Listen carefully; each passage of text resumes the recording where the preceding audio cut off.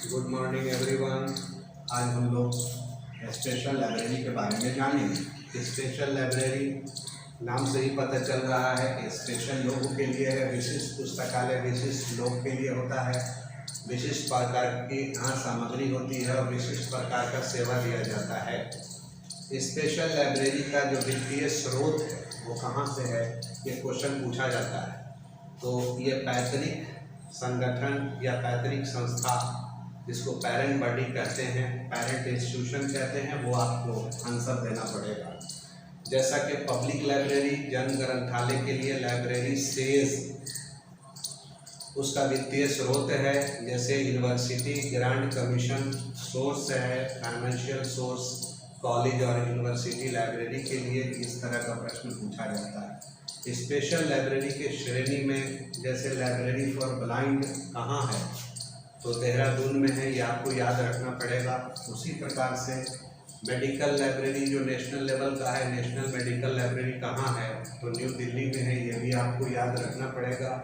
National science library कहाँ है, तो ये भी न्यू दिल्ली में है, ये आपको याद रखना पड़ेगा। यानी विशिष्ट विषय पर जो पुस्तकालय है उसी का नाम है विशिष्ट पुस्तकालय। अब जैसे उदाहरण के लिए, एग्जाम्पल के लिए आप और हम जानते हैं कि पटना में एक बहुत ही मशहूर लाइब्रेरी है, बहुत ही एशिया फेम लाइब्रेरी है, वर्ल्ड फेम लाइब्रेरी है, जिसका नाम है खुदाबख्श ओरिएंटल पब्लिक लाइब्रेरी।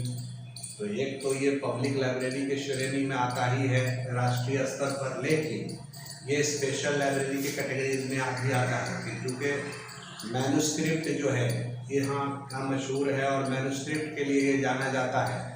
तो इसकी स्थापना कब हुई ये भी आपको जानना होगा कि 1891 में जो है इसकी स्थापना हुई है। अब स्पेशल लाइब्रेरी को ज़रा जानने के लिए ऐसे भी जाना जाए कि जैसे एम्स की लाइब्रेरी है, जैसे एन सिन्हा इंस्टीट्यूट पटना में है, सोशल साइंस की लाइब्रेरी है, या फिर बिहार के संदर्भ में हमें याद रखना पड़ेगा कि शारदा सदन की जो पुस्तकालय है वैशाली में है, वो भी स्पेशल लाइब्रेरी के श्रेणी में आता है।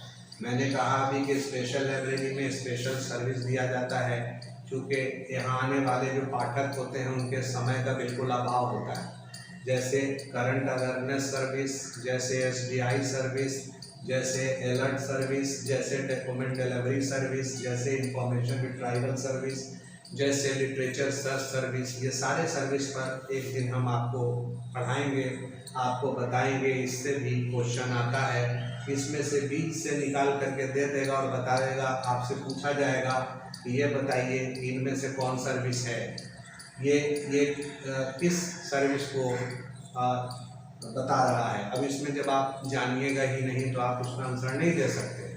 अब जैसे एग्जाम्पल छोटा सा हम आपको दे रहे हैं कि जैसे इंफॉर्मेशन रिट्राइवल सर्विस दिया जाता है, तो इंफॉर्मेशन रिट्राइवल शब्द का प्रयोग जो है वो किसने किया था सबसे पहले, तो कैल्विन मोर्स ने किया था।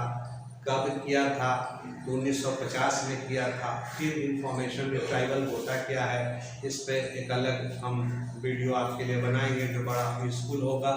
तो इस तरह का स्पेशल लाइब्रेरी में क्वेश्चन पूछा जाता है। मैंने पिछले वीडियो में बताया था जैसे कि पब्लिक लाइब्रेरी के बारे में हमने आपको बताया था पिछले लाइब्रेरी में कि ये जनता का है, जनता के लिए और जनता के द्वारा चलाई जाने वाली संस्था है। ये पूछा जाता है कि ये जनता के लिए और जनता के द्वारा चलाई जाने वाली संस्था जो है ये कौन सा लाइब्रेरी को बता रहा, संदर्भित कर रहा है, तो ये पब्लिक लाइब्रेरी। उसी तरह से मैंने बताया था कि library as a social institution, पुस्तकालय एक सामाजिक संस्था है, इस संदर्भ में है।